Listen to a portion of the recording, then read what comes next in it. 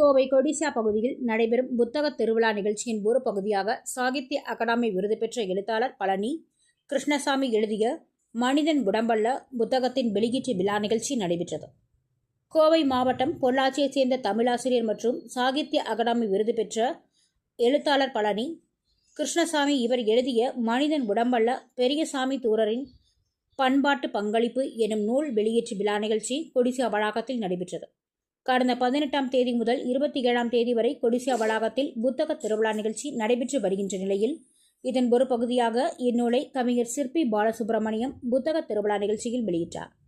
புதுமலர் பண்பாட்டிதழின் ஆசிரியர் கன குறிஞ்சி மற்றும் காலச்சுவடு அரசியல் பண்பாட்டு இதழின் பொறுப்பாசிரியர் சுகுமாரன் இந்த நூல் குறித்து சிறப்புரையாற்றினார். நிகழ்ச்சியில் கவிஞர் சிற்பி பாலசுப்ரமணியம் இந்த நூல் குறித்து கூறுகையில், பெரியசாமி தூரன் என்பவர் 20ஆம் நூற்றாண்டில் வாழ்ந்த ஒரு மிக பெரும் ஆளுமை எனவும் அவரை தமிழ் சமூகம் அவசியம் அறிந்து கொள்ள வேண்டும் என்றார். ஐரோப்பிய அறிவுசார் நாகரிகத்திற்கு இணையாக கருதப்படும் தமிழ் கலை களஞ்சியம் உருவாவதற்கு உழைத்தவர் என கூறினார்.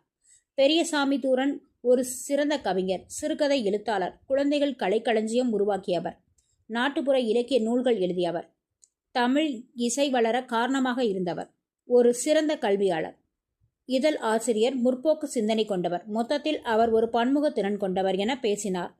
பழனி கிருஷ்ணசாமி எழுதிய இந்த நூல் பெரியசாமி தூரனின் முழுமையான படைப்பை பற்றிய சிறந்த ஆய்வு என அவர் தெரிவித்தார்.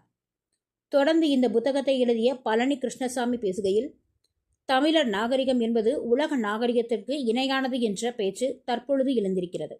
இதை உலகத்தார் நம்ப வேண்டும் என்றால் நாம் நிலைய எழுத வேண்டும், பேச வேண்டும், நிறைய எடுத்துக்காட்டுகளை தர வேண்டும். அந்த பொறுப்பை தனி மனிதனாக இல்லாமல் சமூகமாக இருந்து செயல்படுத்த வேண்டும் என்ற உணர்வை இந்த புத்தகத்தை எழுத காரணம் என தெரிவித்தார் என்பது குறிப்பிடத்தக்கது.